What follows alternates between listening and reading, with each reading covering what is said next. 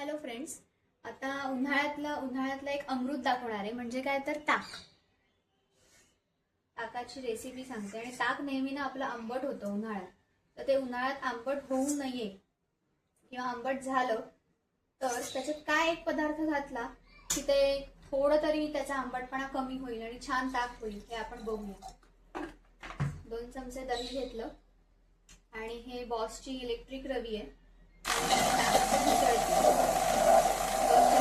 त्याच्यात थोडं पाणी,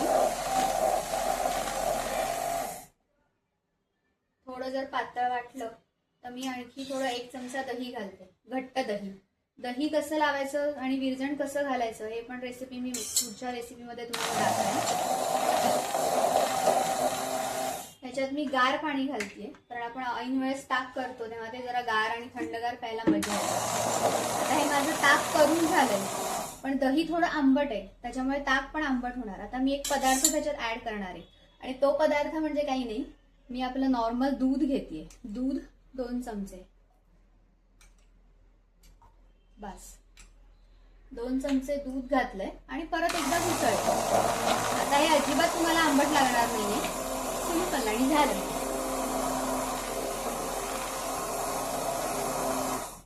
झालं. तर मी कुठला पदार्थ ऍड केला, फक्त 2 चमचे दूध घातलंय आणि या दुधामुळे आंबटपणा नक्कीच कमी होणार आहे. तुम्ही करून बघा.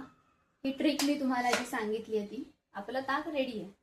दही, पाणी आणि 2 चमचे दूध, बस. हे बघा, आता हे गोड ताक रेडी आहे. आता हे गोड ताक तर आपलं करून झालंय या दुधाच्या मदतीने. जर तुम्हाला असंच घट्ट दही कसं लावायचं, विरजण किती घालायचं हे जर बघायचं असेल तर माझ्या चॅनलला नक्कीच सबस्क्राईब करा आणि लाईक, शेअर, कमेंट करा. आणि तुमचे काही अनुभव असतील तर तेही मला सांगा. Thank you, bye.